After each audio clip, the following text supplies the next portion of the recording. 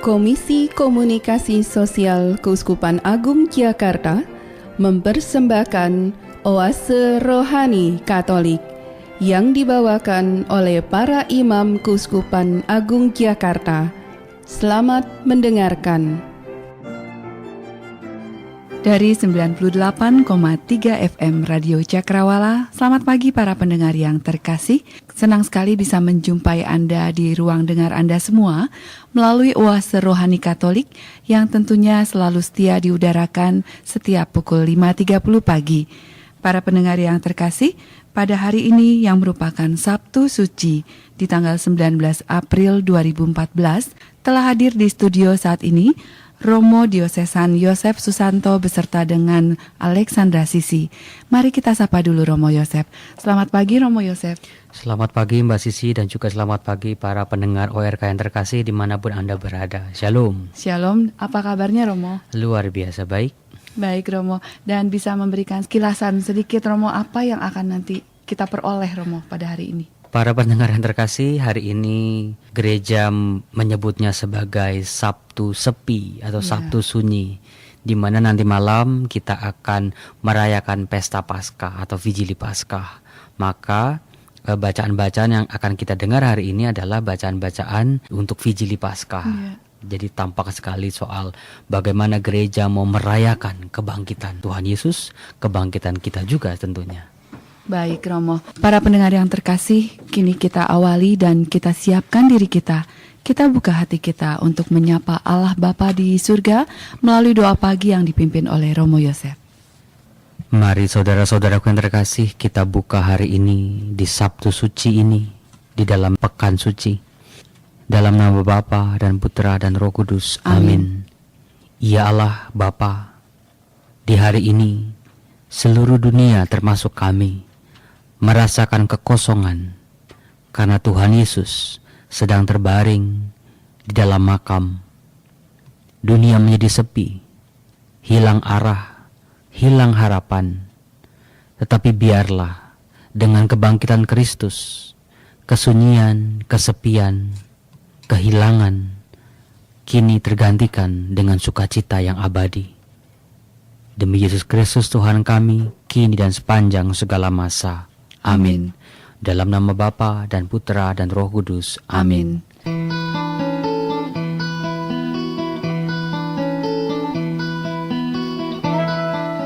Perbincangan rohani Injil hari ini.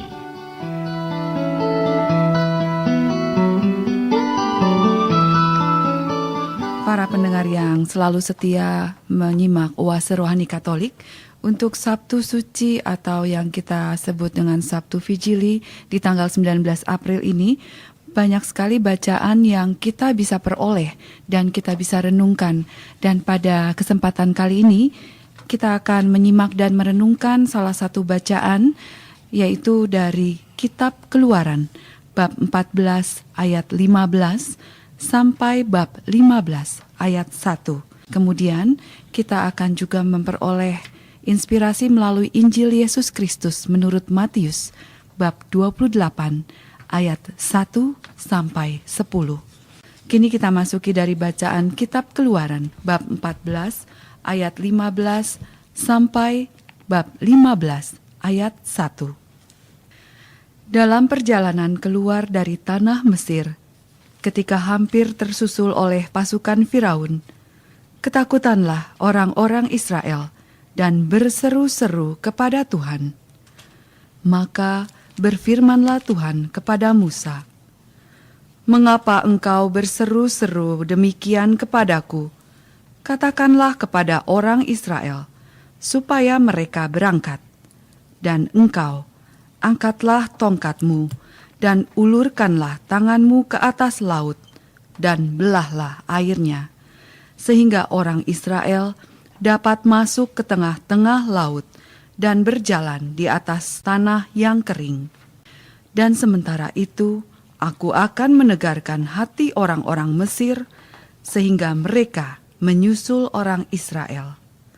Dan terhadap Firaun dan seluruh pasukannya, keretanya dan orang-orangnya yang berkuda, aku akan menyatakan kemuliaanku. Maka orang Mesir akan insaf bahwa aku ini Tuhan, apabila aku menampakkan kemuliaanku terhadap Firaun, keretanya, dan orang-orangnya yang berkuda. Kemudian bergeraklah malaikat Allah yang tadinya berjalan di depan tentara Israel, lalu berpindah berjalan di belakang mereka, dan tiang awan yang tadinya bergerak di depan mereka, beranjak dan berdiri di belakang mereka. Demikianlah tiang awan itu berdiri di antara tentara Mesir dan orang Israel. Awan itu menimbulkan kegelapan, sehingga malam itu berlalu tanpa kesempatan bagi orang Mesir untuk mendekati orang-orang Israel. Lalu Musa mengulurkan tangannya ke atas laut, dan semalam-malaman Tuhan menguakkan air laut dengan perantaraan angin timur yang keras, serta mengeringkan laut itu.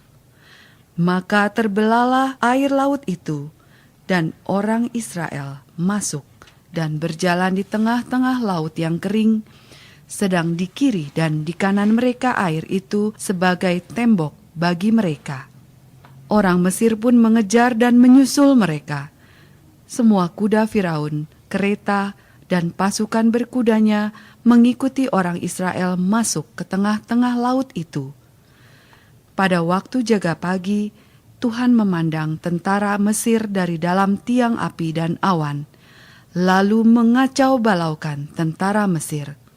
Tuhan membuat roda kereta mereka berjalan miring dan maju dengan berat, sehingga orang Mesir berkata, "Marilah kita lari meninggalkan orang Israel, sebab Tuhanlah yang berperang untuk mereka melawan Mesir."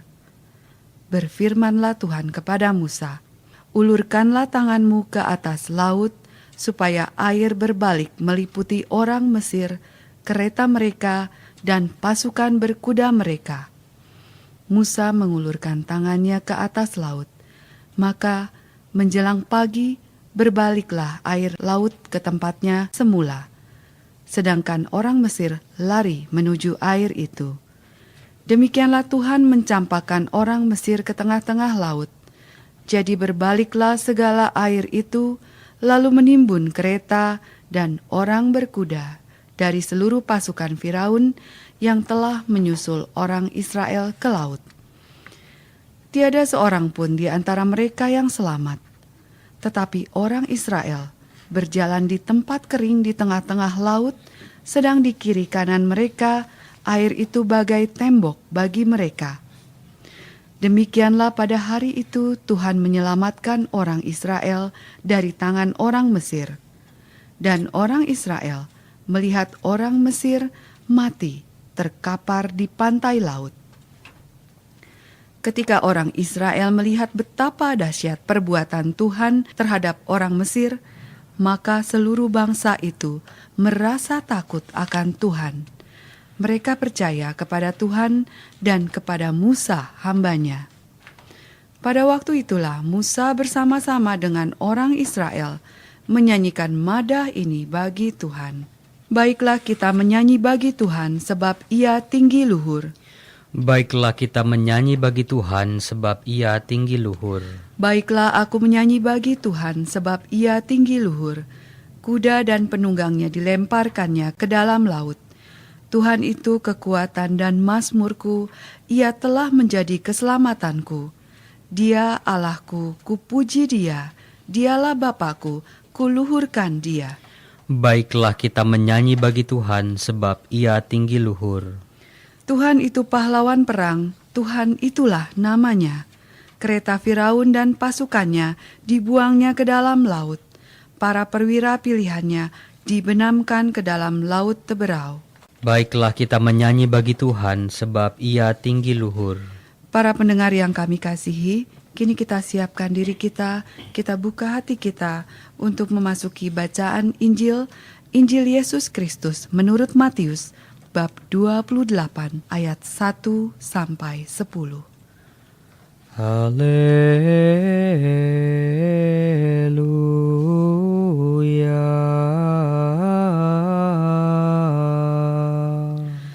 Haleluya.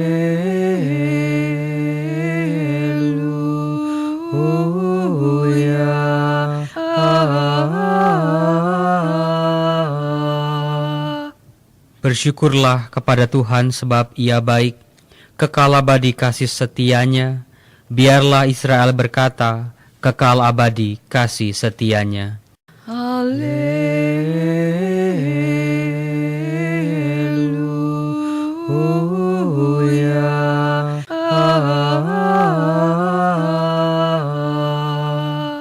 Tuhan bersamamu. Dan bersama rohmu, Inilah Injil Yesus Kristus menurut Santo Matius. dimuliakanlah Tuhan.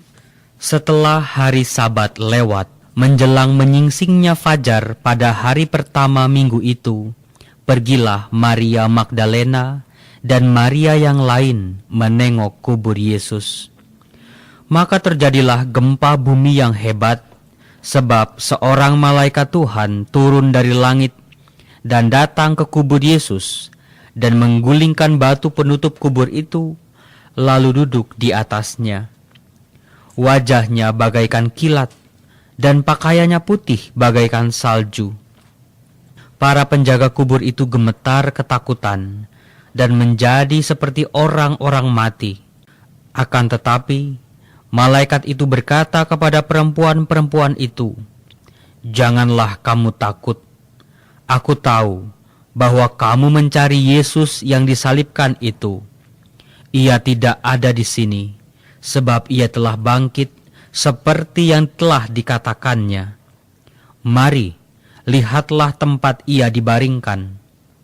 Maka pergilah segera dan katakanlah kepada murid-muridnya bahwa Yesus telah bangkit dari antara orang mati. Ia kini mendahului kamu ke Galilea. Di sana kamu akan melihat dia. Sesungguhnya, akulah yang telah mengatakannya kepadamu."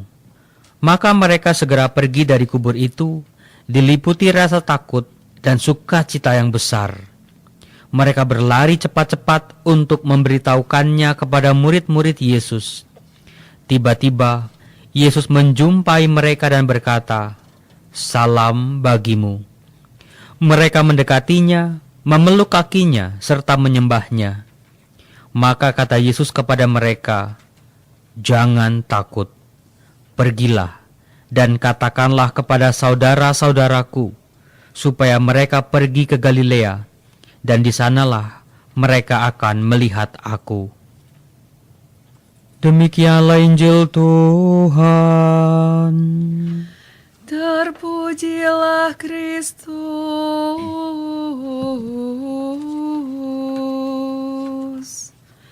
Para pendengar yang terkasih, demikianlah Injil Yesus Kristus menurut Matius bab 28 ayat 1 sampai 10.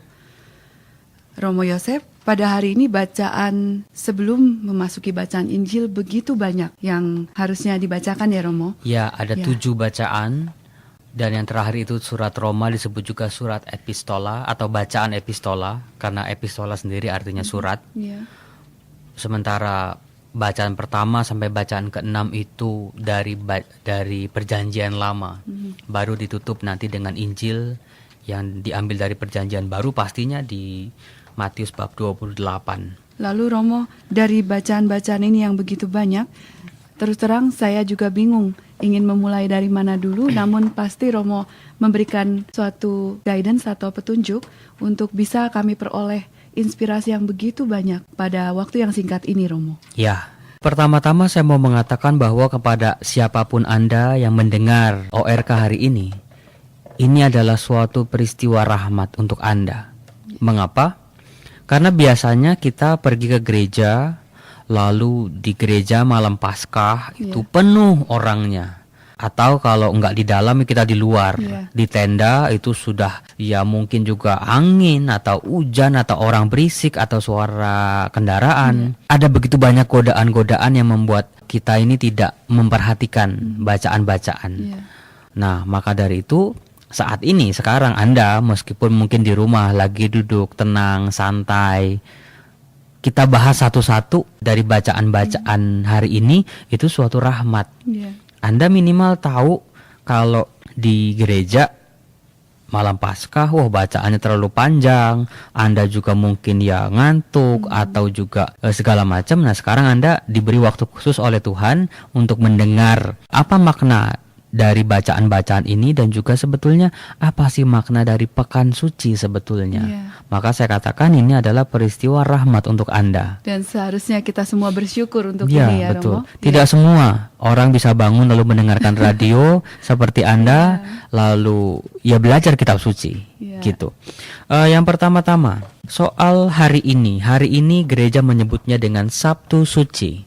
Ada suatu khotbah tua yang ditemukan di dalam khotbah itu dari bapak-bapak gereja di tahun-tahun awal berdirinya gereja itu mengatakan begini. Hari ini suasana sunyi mendalam meliputi dunia. Suasana sunyi mendalam dan lengang. Suasana sunyi mendalam karena raja mengasuh. Ini suatu khotbah tua yang mau mencerminkan betapa di hari ini, hari Sabtu Suci ini, gereja, seluruh umat beriman merasakan kekosongan, seolah-olah mengalami ketiadaan Allah. Karena Allah dalam diri Yesus saat ini belum bangkit. Dia turun ke tempat penantian, ke dunia orang mati. Maka dikatakan Sabtu sunyi, Sabtu suci atau Sabtu sunyi, Sabtu sepi, di mana sebetulnya mencerminkan jiwa kita.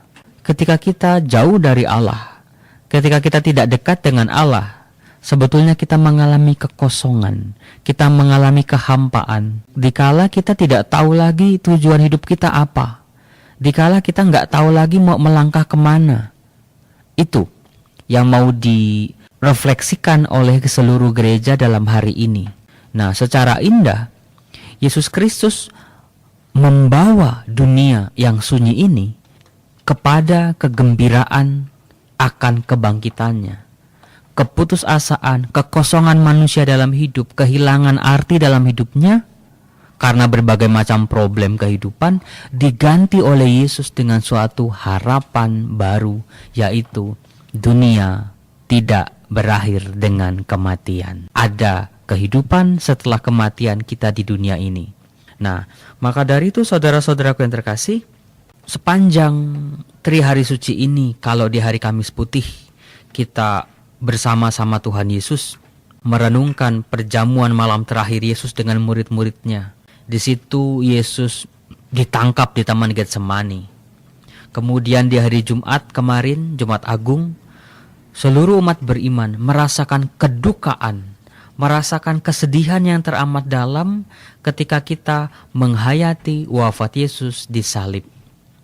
Saudara-saudara, kalau Anda melihat salib atau membayangkan peristiwa Yesus disalib dan Anda tidak merasakan apa-apa, mungkin kita perlu menyadari, kita perlu belajar banyak hal.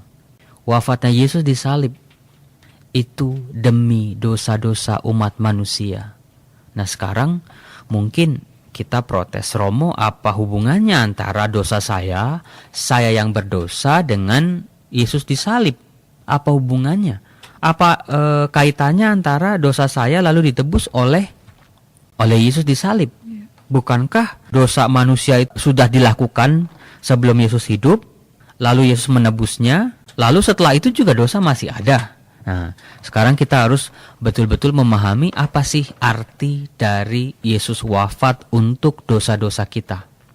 Ini juga sebagai pintu masuk untuk memahami apa artinya kebangkitan Yesus sebagai kemenangan atas dosa.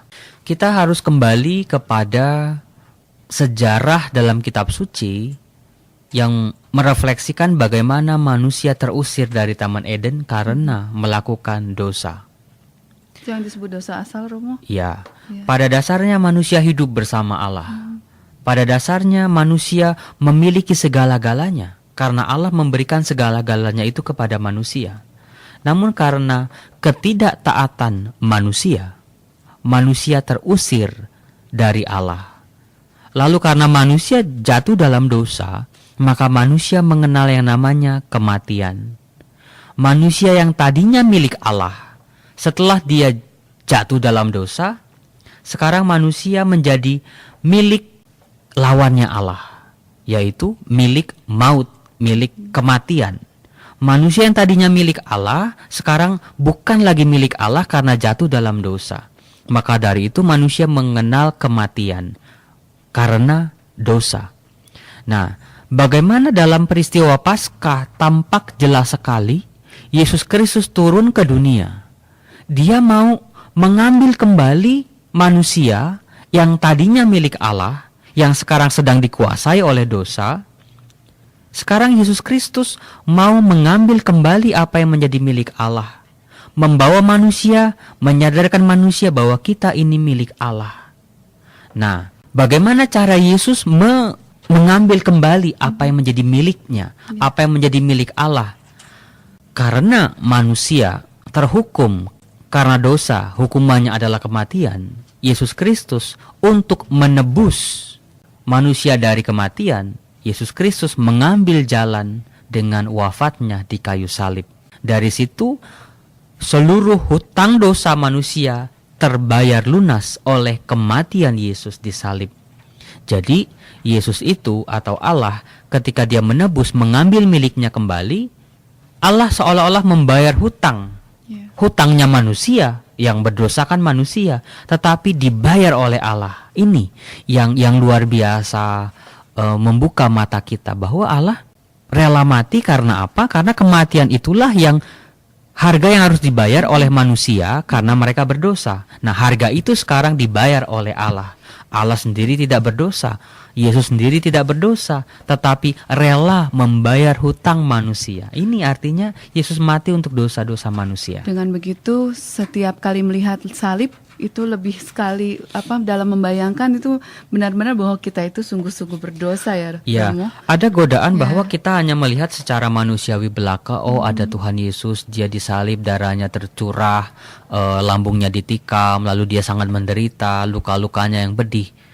Kita bisa melihat itu, tetapi ada makna yang lebih dalam dari hanya itu. Itulah cara Yesus membayar apa yang harus kita bayar. Sebagai manusia keterlaluan sekali, Romo sudah berpaling, lalu kita ditebus pula. Nah, itu artinya begitu agungnya, begitu luar biasanya karya penebusan Yesus. Nah, yang luar biasa yang harus dipahami ketika Paskah adalah ternyata Allah dengan lawannya Allah itu kan hidup, lawannya itu kan maut. Ternyata seolah-olah Yesus kalah oleh maut. Yesus mati, Yesus wafat untuk membayar hutang dosanya manusia. Tetapi ternyata itu bukan akhir. Setelah Yesus wafat, seolah-olah maut ini menang akan Allah. Tetapi ternyata Allah masih berkuasa terhadap maut. Allah bisa turun ke dunia orang mati. Nah, ini harus dipahami juga. Menurut paham orang Yahudi, setelah manusia meninggal, dia masuk ke namanya tempat penantian itu, dunia orang mati. Kalau kita baca kitab-kitab Mazmur, juga kitab Ayub dikatakan Allah itu tidak berkuasa di dunia orang mati. Nah, ternyata dalam peristiwa Yesus yang wafat, dia turun ke tempat penantian itu, dia turun ke dunia orang mati itu, ternyata di sana kuasa Allah masih bekerja. Allah berkuasa terhadap lawannya, yaitu maut. Makanya dikatakan seringkali kebangkitan Yesus sebagai kemenangan Allah atas dosa, kemenangan Yesus atas maut. Karena ternyata maut tidak ada taringnya berhadapan dengan kuasa Allah. Meskipun maut menghantui, bahkan membuat seluruh manusia ini pada akhirnya meninggal, ternyata oleh Allah kuasa itu masih di bawah kekuasaannya Allah. Artinya Allah menghancurkan maut itu, mengalahkan maut itu, buktinya Yesus bangkit. Nah, itu saudara-saudara, mengapa pada malam hari ini di Vigili Paskah ini kita harus bersukacita. Karena ternyata dosa kita karena berdosa kita dihukum. Hukuman itu yaitu kematian sebagai akibat dari dosa. Nah, sekarang hukuman itu, denda itu yang bayar Allah, bukan kita. Nah, itu yang menarik. Nah, kemudian yang menarik juga adalah, Romo, sebetulnya kapan sih kita boleh merayakan Paskah? Ya, sering terdengar kisah ini. Kita harus lihat bagaimana cara orang Yahudi, cara orang Israel itu menghitung waktu. Waktu itu dihitung. Cara orang Israel menghitung waktu tidak sama dengan cara kita menghitung waktu. atau dunia modern menghitung waktu. Kalau kita menghitung hari itu setelah jam 12 malam atau jam 00. Ya. Lewat jam 00, lewat 1 detik itu sudah hari berikut. Ya. Nah, kalau orang Israel itu menghitungnya mulai dari jam 6 sore. Makanya jam 6 sore lewat 1 detik itu bisa dihitung hari besoknya itu. Nah, dengan pola yang seperti itu kita, makanya di hari Sabtu ini, meskipun kita bilang belum hari Minggu, tapi kita sudah boleh merasakan kemenangan Yesus di hari Paskah.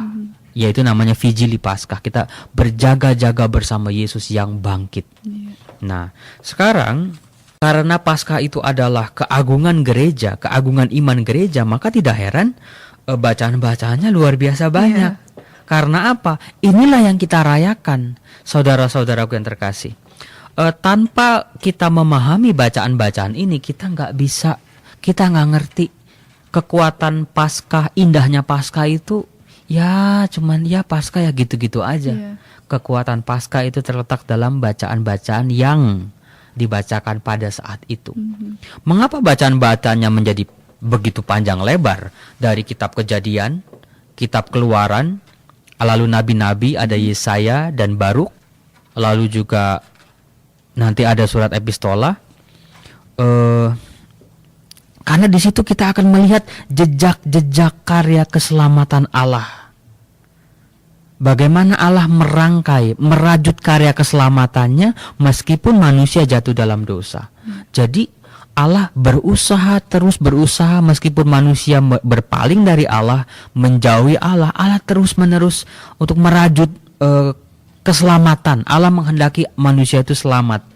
Nah, paling polnya nanti dalam karya Yesus Kristus, bahwa rancangan Allah itu seolah-olah selesai. Jadi inilah yang dikehendaki oleh Allah, tidak lain tidak bukan manusia hidup demi Allah, bukan demi kematian. Manusia menyadari bahwa kita semua adalah milik Allah. Mengapa penting kesadaran bahwa manusia ini milik Allah? Kita aja kalau dijadiin anak angkat orang kaya yang konglomerat gitu, kita kan senang luar biasa kan. Waduh, ikut ya dapat fasilitas ini, fasilitas itu, kita dompleng kekayaannya. Sepertinya dapat berkah gitu. Nah, apalagi sekarang kita disadari, kita diangkat kembali oleh Allah menjadi anak-anaknya. Jauh nggak bisa dibandingin sama cuma diangkat jadi anak konglomerat mungkin. Seperti itu. Baik Romo, luar biasa. Rangkaian-rangkaian ini mempersiapkan diri kita semua untuk bisa lebih memasuki dan mempersiapkan diri menyambut kebangkitan Tuhan. Baik para pendengar yang terkasih, sayang sekali kita sudah berada di penghujung sesi pertama. Kita akan akhiri sesi pertama, kita akan persiapkan diri kita untuk berdoa malaikat Tuhan. Kita kembali di sesi kedua.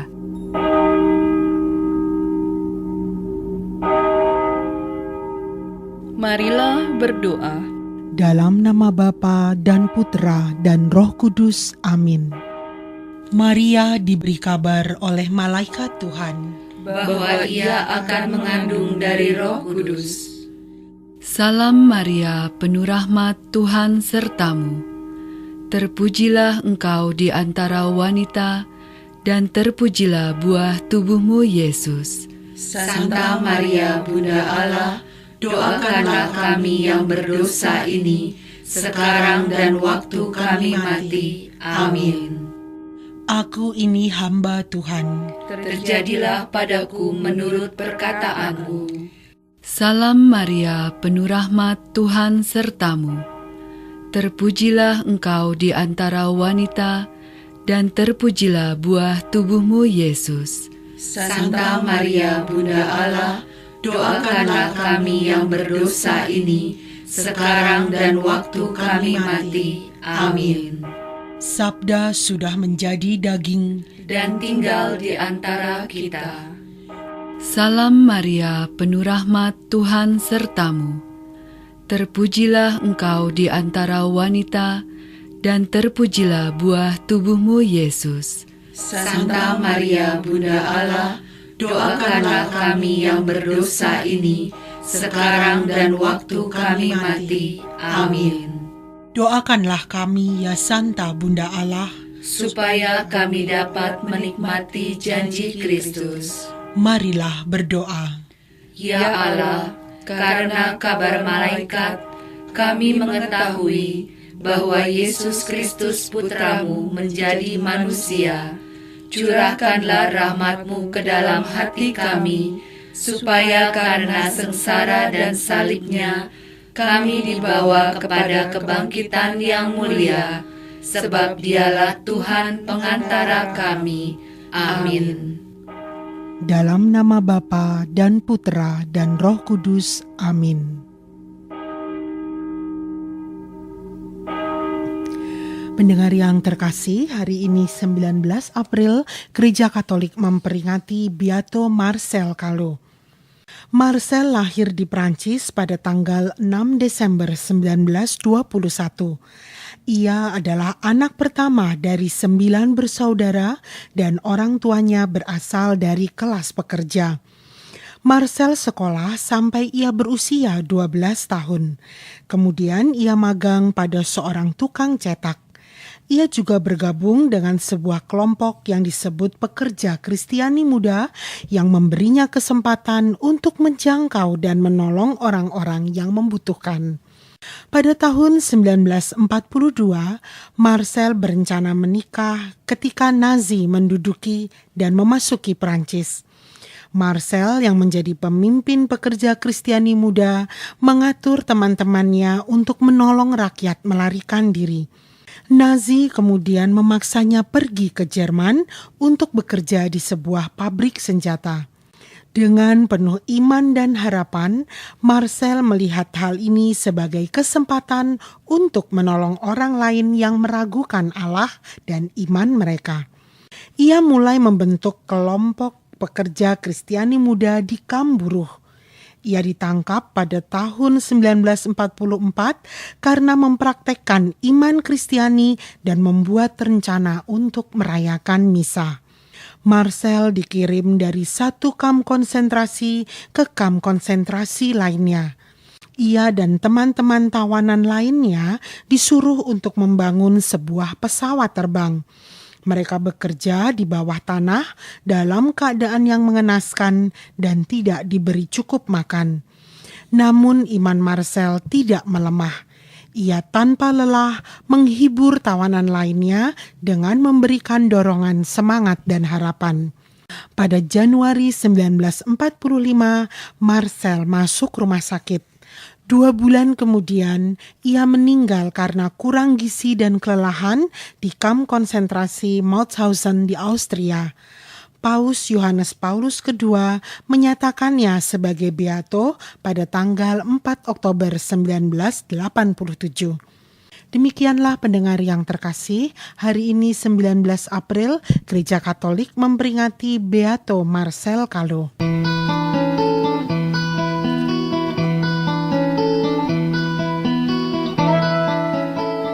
Dialog Iman Katolik.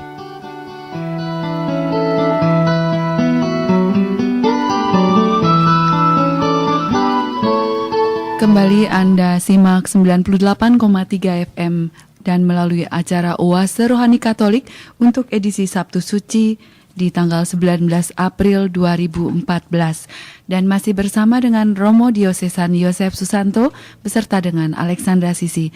Para pendengar yang terkasih, kini kita kembali lanjutkan apa yang telah diberikan sebagai pengantar dari Romo Yosef mengenai bagaimana pentingnya kita memahami jelas mengenai Sabtu Fijili ini. Silakan Romo.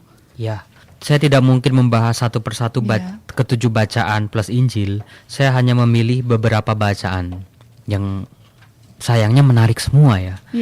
Yang pertama, saya mau membongkar kitab suci dari hal-hal yang mungkin tidak banyak orang tahu, tapi ternyata bagus. Saya bongkar satu-satu. Yang pertama dari kitab Kejadian. Kisahnya sudah familiar untuk kita. Bagaimana Allah menciptakan di hari pertama, kedua, ketiga, keempat, kelima, keenam. Di hari ketujuh Allah beristirahat. Ada sesuatu yang seringkali luput. Coba perhatikan Anda yang membawa kitab suci di tangan. Coba buka aja kitab Kejadian, bab 1. Ada berapa kali kata baik diulang? Coba perhatikan baik-baik, detil. Kalau baca kitab suci itu jangan tanggung-tanggung. Di hari pertama, Coba di ayat 4, bab 1 ayat 4. Setelah Allah berfirman, jadilah terang, maka jadilah terang. Allah melihat bahwa terang itu baik. Iya. Lalu jadilah petang dan pagi hari pertama. Lihat, di hari pertama Allah melihat itu adalah baik. Tapi bagaimana dengan di hari yang kedua? Ayo, tidak ada kata baik di situ. Kalau kita cari-cari nggak ada kata baik. Iya. Sementara di hari ketiga, nah ini, di hari ketiga, coba perhatikan ayat 10. Allah melihat bahwa semua itu baik. 1. Lalu di ayat 12, Allah melihat semuanya itu baik. 2. Lalu jadilah petang dan pagi hari ketiga. Lalu demikian juga dengan hari keempat, Allah mengatakan semua itu baik. Hari kelima, Allah mengatakan semua itu baik. Hari keenam, Allah mengatakan semua itu sungguh amat baik. Ada yang aneh nggak saudara-saudara? Setiap hari Allah menciptakan, Allah mengatakan baik, kecuali hari kedua. Iya.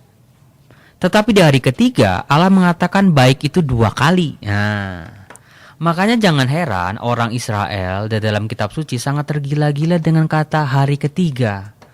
Yesus bangkit pada hari ketiga, setelah 3 hari, dan seterus menerus. Angka 3 itu menjadi favorit. Ini salah satunya. Kalau orang Israel disuruh cari hari baik, hari Selasa. Iya. Cara ngitungnya hari Minggu itu hari pertama, Senin itu hari kedua, Selasa itu hari ketiga. Jadi kalau orang Israel mau mengadakan pernikahan misalnya, coba buka di Yohanes perkawinan di Kana. Pada hari yang ketiga ada perkawinan di Kana. Jadi bukan Anda aja orang Jawa, orang Batak, orang Cina kalau mau menikah cari hari baik, orang Israel juga punya. Alasannya apa? Lihat di kisah Kejadian. Di hari ketiga Allah mengatakan itu baiknya sampai 2 kali. Jadi itu hari yang spesial dibanding hari yang lain. Selain di hari yang ke-6 Allah mengatakan sungguh amat baik. Nah, itu intermezzo bahwa kitab suci itu harus dibaca pelan-pelan. Lalu dari kisah Kejadian ini kita bisa mengambil merefleksikan bahwa kita semua saudara-saudara, saya maupun Anda, apapun status kita, bagaimanapun keadaan kita sekarang, Allah menciptakan kita dengan sesuatu yang baik. Allah menciptakan kita dari yang baik. Maka Allah juga mengharapkan ketika kita kembali kepadanya atau kita menjalani hidup kita juga dengan baik juga, karena Allah memulai dengan sesuatu yang baik. Allah sebagai pencipta tidak mengharapkan sesuatu yang baik sejak awal lalu nanti pada perkembangannya menjadi tidak baik atau bahkan menjadi jahat. Bisa kita bayangkan bagaimana Anda misalnya mendidik anak. Dari kecil baik, diajarin baik, nurut, tapi begitu tuh anak gede terus melawan, bagaimana kecewanya Anda? Bagaimana hatinya bisa runtuh, Romo? Nah, itu juga yang dirasakan oleh sebagai pencipta. Jadi dalam bacaan kitab Kejadian ini, 1, kita berasal dari Allah. 2, bahwa hidup kita ini bukan berasal dari diri kita sendiri. Hidup kita berasal dari Allah. Dari mana taunya, Romo? Coba lihat bagaimana Allah menciptakan manusia. Dari tanah liat, lalu Allah menghembuskan nafasnya kepada manusia, kepada tanah liat itu. Lalu manusia menjadi hidup. Maka orang Israel menyebut kata hidup itu dengan kata nefes. Nefes yaitu nafas. Manusia dikatakan hidup sejauh dia bernafas. Nah, nafas kita ini berasal dari nafasnya Allah. Nah, itu dia saudara-saudara. Kita ini, hidup kita, bahkan nafas kita, seluruh yang kita miliki itu adalah milik Allah. Apa jadinya kalau nafas saja ini nafas Allah, tapi kita malah melakukan hal-hal yang tidak sesuai dengan kehendak Allah, atau kita malah menghujat Allah? Apakah itu sebuah ironi, sebuah kesedihan yang luar biasa? Itu dari bacaan yang pertama kitab Kejadian. Kita diajak untuk merefleksikan dari mana kita berasal. Lalu saya coba kutip juga dari bacaan yang ketiga, diambil dari kitab Keluaran. Sebetulnya di bacaan kedua dikisahkan manusia jatuh dalam dosa lalu terusir dari Taman Eden. Lalu di situ bagaimana manusia berkembang. Nah, dari kitab Keluaran ini tampak sekali keturunan Adam dan Hawa ini tinggal di Mesir. Bangsa yang dibentuk oleh Allah ini ternyata diperbudak di Mesir. Ini suatu kesedihan juga buat Allah. Bangsa yang diciptakannya, bangsa yang sudah disediakan tanah terjanji, tetapi sekarang sedang menjadi budak, sedang kerja paksa di negara orang. Itu suatu kesedihan. Anda kalau melihat anak Anda udah digedein, sekolah ya udah benar, tapi sekarang di sekolahin misalnya S2 gitu ya. Mohon maaf, kerjaannya mohon maaf sekali lagi, misalnya jadi tukang cuci piring. Nah, Anda pasti merasa kok kayak gitu. Nah, Allah demikian juga Allah mau mengembalikan manusia kepada harkat martabatnya sebagai milik Allah. Seharusnya manusia bahagia di tanah yang disediakan oleh Allah, bukan sebagai budak di Mesir. Nah, bagaimana cara Allah membebaskan orang Israel dari Mesir? Itu semua kita sudah tahu kisahnya. Bagaimana Musa dengan tangan yang teracung, Laut Merah menjadi terbelah. Nah, yang menarik adalah saudara-saudaraku yang terkasih, tampak sekali tindakan Allah ketika Allah menyelamatkan Israel dari Mesir, itu tindakan-tindakan yang luar biasa. Ada tiang api, ada tiang awan, lalu juga laut terbelah, lalu juga ada tulah-tulah, lalu juga nanti di padang gurun 40 tahun ada mana, lalu ada burung puyuh, lalu nanti ada di mata air di Meriba. Tindakan-tindakan Allah yang luar biasa ini tidak menjadi mitos, tidak menjadi legenda, tidak menjadi cerita rakyat untuk orang Israel. Karena apa? Karena bagi orang Israel, tindakan-tindakan yang nyata seperti itu, nyata mereka alami dalam hidup. Nah, sekarang saudara-saudaraku yang terkasih, kembali ke bagaimana kita mampu melihat enggak? Kita mampu melihat atau tidak hidup kita ini, peristiwa-peristiwa mana di mana Allah secara luar biasa bertindak untuk kita. Seringkali kita terkecoh, seringkali kita terbuai dengan hal yang namanya materialistis. Allah bertindak secara ajaib kepada kita ketika tiba-tiba menang lotre 500 miliar. Allah melakukan tindakan ajaib kepada kita setelah sembuh tiba-tiba setelah kanker stadium 4 misalnya. Atau Allah mengasihi kita secara luar biasa ketika ya peristiwa-peristiwa hebat-hebat yang kita bisa sebutkan satu persatu. Tetapi yang jarang sekali kita sadari adalah ternyata setiap kali kita membuka mata di pagi hari, itu pun suatu karya besar Allah untuk hidup kita. Dan itu biasanya tidak banyak disadari, Romo. Iya, lewat gitu aja gitu. Kemudian juga setiap langkah kita, lalu keluarga yang kita miliki, ya dengan segala kelebihan maupun kekurangan mereka, lalu juga orang-orang di sekitar kita yang ada di sekitar kita, itu pun kasih Allah yang luar biasa. Jadi jangan melihat secara yang wah. Tapi lihat lebih dalam, semakin kita lebih dalam, lebih jeli mengkorek atau membongkar diri kita, semakin dalam kita korek, semakin kita akan menemukan kasih Allah yang luar biasa. Itu dari bacaan ketiga tadi, kitab Keluaran, bahwa Allah ketika Allah mau menebus manusia itu gak tanggung-tanggung dengan tindakan-tindakan yang luar biasa kalau perlu. Meskipun Allah juga memelihara Israel dengan tindakan sehari-hari, tetapi kalau memang dibutuhkan suatu tindakan yang luar biasa, Allah bisa. Maksud saya itu. Baik. Nah, sekarang kita melihat di kitab Yesaya. Di situ dibacakan Yesaya bab 55, itu di bab-bab terakhir kitab Yesaya. Ketika Yesaya mau menerangkan tentang nubuatum buat nanti dunia yang baru, dunia yang telah ditebus oleh Allah, dunia yang sudah dibersihkan oleh Allah, dunia tempat manusia yang sudah bertobat. Di sini Yesaya sangat amat jeli melihatnya.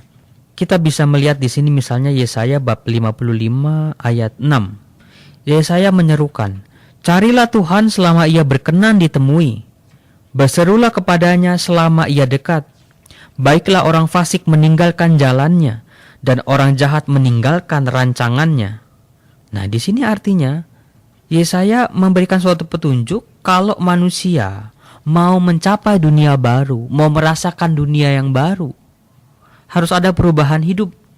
Yang fasik, yang jahat menjadi baik, yang jalannya berbelok diluruskan. Lalu kan orang merasa, aduh Romo, saya sudah kelewat jahat, saya sudah kelewat berdosa, saya udah gak pantas lah. Gak mungkin saya jadi orang baik, Romo, udah bersimbah dosa. Ya. Tapi di sini ada suatu harapan yang dibongkar oleh Nabi Yesaya. Dikatakan begini, sebab Allah berfirman kepada Yesaya, sebab rancanganku bukanlah rancanganmu, dan jalanmu bukanlah jalanku. Lihat saudara-saudara, kalau Allah mau merubah hidup kita, sebetulnya bisa.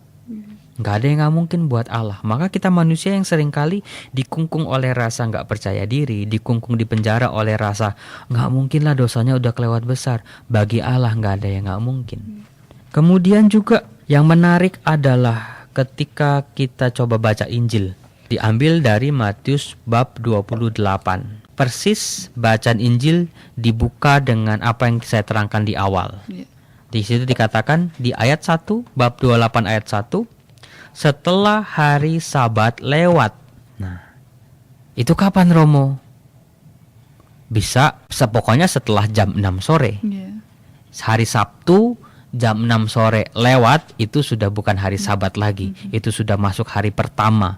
Nah, di situ Maria Magdalena dan Maria yang lain pergi ke kubur Yesus. Karena di hari Sabat mereka nggak bisa.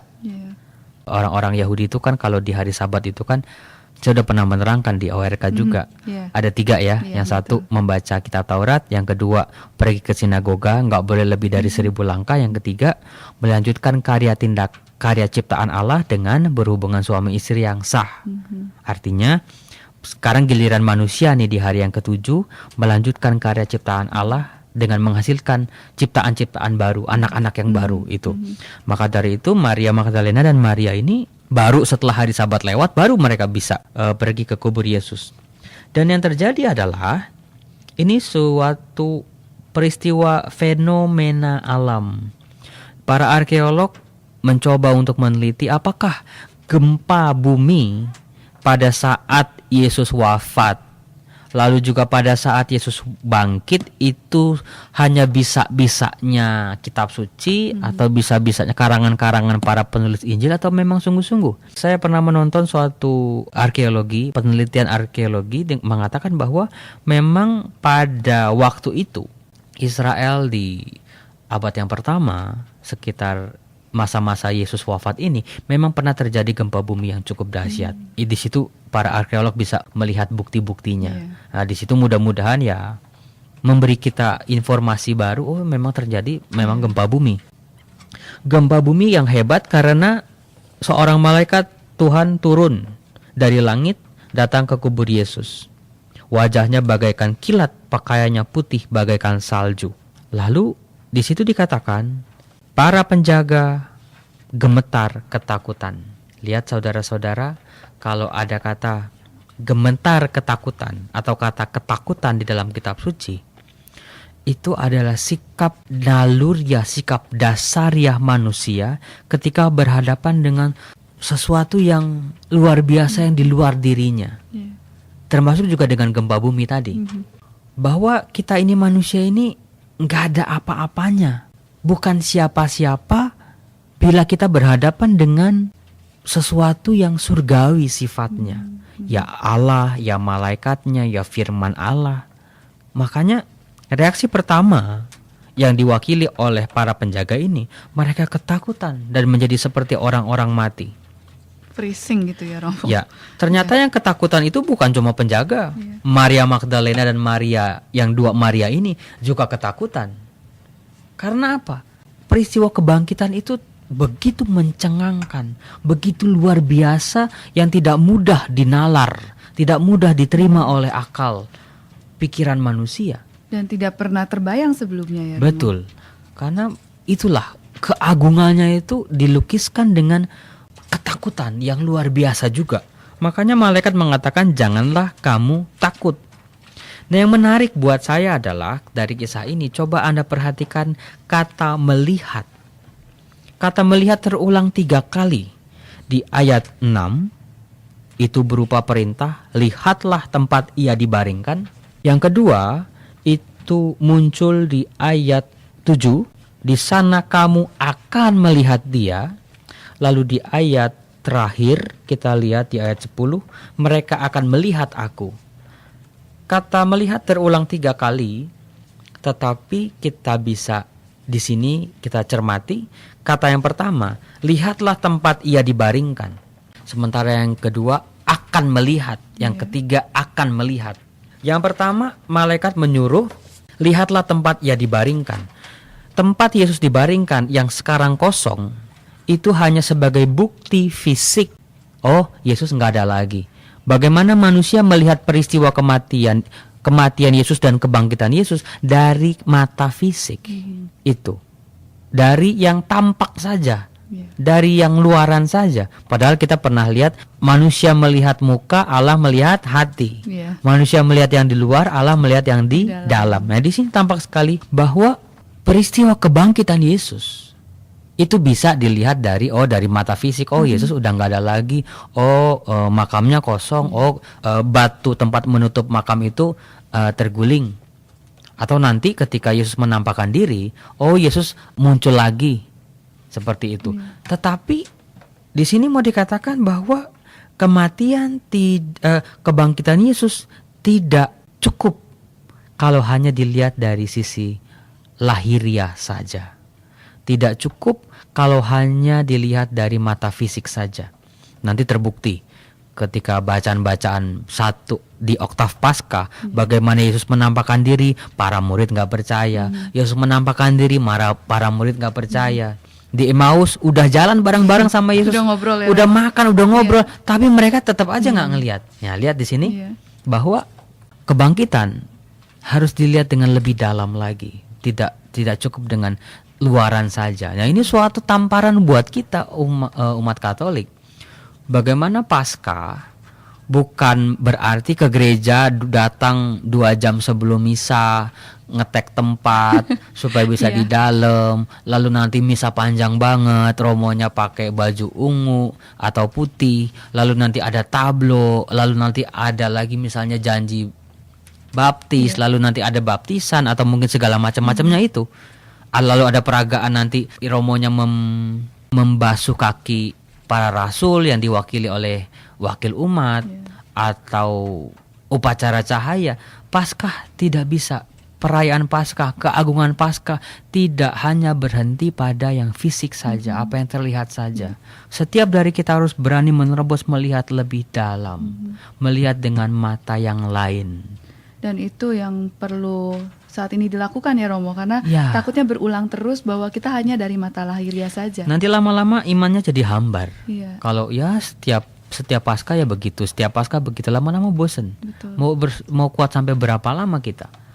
Kan kita kan mau jadi percaya sama Yesusnya kan mau seumur hidup. Tapi kalau Paskah hanya dilihat dari yang luaran saja, nggak cukup sampai di situ. Kata melihat yang kedua dan ketiga, di situ terlihat kamu akan melihat dia, kamu akan melihat aku, mereka akan melihat aku. Itu bentuknya future kalau bahasa Inggrisnya, tentang masa depan, akan sesuatu di kemudian hari.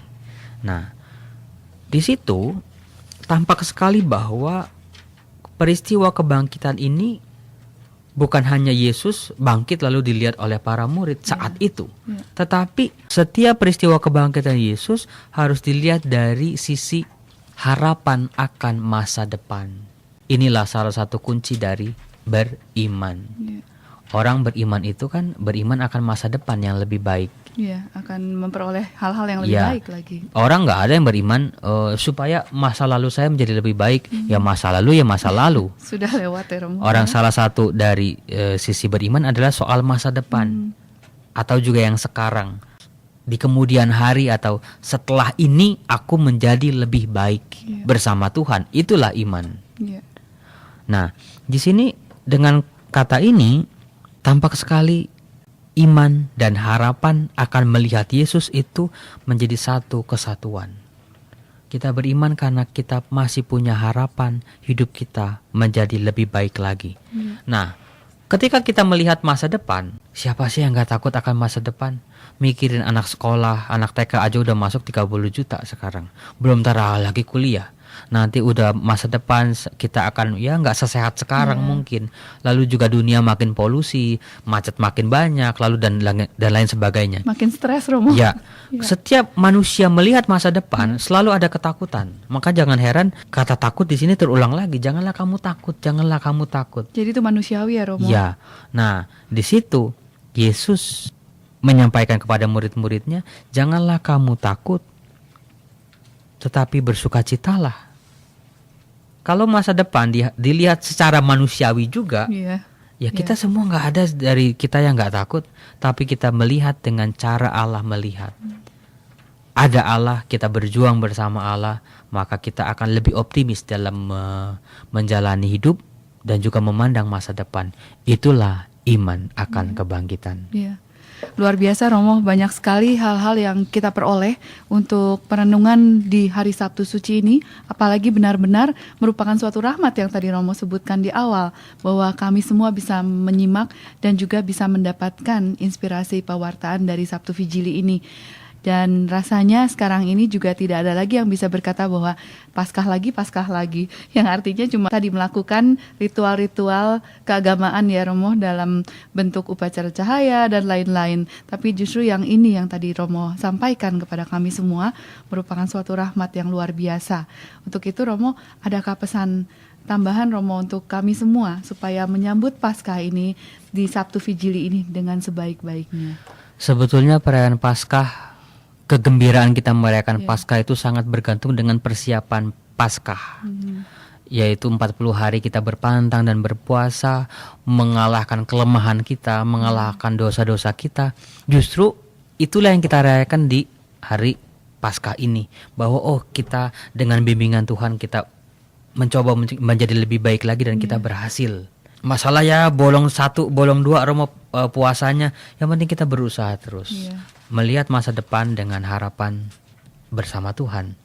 Saya, Romo Yosef, hanya bisa mengatakan, mari kita bersukacita karena hukuman atau denda yang harus kita bayar sebagai manusia karena kita pendosa sudah dibayarin, sudah ditraktir oleh Tuhan. Itu sukacita yang luar biasa. Itu benar-benar sungguh melegakan. Bahwa Yesus Allah berkuasa atas maut. Allah tidak kalah dengan maut yang menjadi ketakutan bagi seluruh umat manusia. Ternyata Allah menguasai maut. Allah lebih berkuasa daripada musuhnya. Hidup lebih berkuasa daripada mati. Budaya hidup. Maka perjuangkanlah kehidupan dimanapun Anda berada. Baik, terima kasih banyak Romo. Dan tadi juga telah saya peroleh juga satu kalimat kutipan dari Romo bahwa harapan akan masa depan bersama Tuhan menjadi lebih baik. Itu indah adanya dan semoga bisa kita laksanakan selalu ya Romo. Baik, tanpa terasa para pendengar yang selalu setia menyimak Oase Rohani Katolik, kita juga sudah berada di penghujung sesi kedua di hari Sabtu Suci atau kita sebut Sabtu Fijili 19 April 2014. Dan untuk itu juga Romo Diosesan Yosef Susanto beserta dengan Alexandra Sisi mohon pamit dari ruang dengar Anda. Kita bertemu di lain kesempatan dan kini saatnya kita persiapkan diri kita untuk berdoa bersama, doa penutup yang akan dipimpin oleh Romo Yosef untuk semakin kita bisa mempersiapkan Sabtu Fijili ini dan kemudian Paskah esok harinya dengan lebih baik. Mari kita berdoa. Ya Allah Bapa, biarlah pada hari ini kami merasakan menghayati kekosongan kami, kesia-siaan hidup kami yang mudah sekali jatuh dalam dosa. Biarlah kami merasakan kegagalan kami dan kelemahan kami. Biar kami mampu merasakan kemenangan bersama Kristus yang bangkit mengalahkan maut, yang juga mengikut sertakan kami bangkit bersama Dia, karena kami percaya kepadanya. Tuhan, berilah rahmat khusus untuk hidup kami, supaya di Paskah tahun ini kami merasakan sesuatu yang berbeda, di mana kami merasakan Engkau sendiri hadir dalam hidup kami secara nyata. Demi Yesus Kristus Tuhan kami, kini dan sepanjang segala masa. Amin. Tuhan bersamamu dan bersama rohmu. Semoga seluruh hidup kita, penghayatan kita akan misteri Paskah, wafat dan kebangkitan Tuhan, diberkati oleh Allah yang Maha Kuasa, dalam nama Bapa dan Putra, dan Roh Kudus. Amin. Selamat beraktivitas dengan penuh kasih dan selamat juga mempersiapkan diri kita memasuki Sabtu Fijili dan juga mempersiapkan kebangkitan Tuhan di hari Paskah. Demikianlah oase rohani Katolik yang dipersembahkan oleh Komisi Komunikasi Sosial Keuskupan Agung Jakarta yang dibawakan oleh para imam Keuskupan Agung Jakarta. Tuhan memberkati.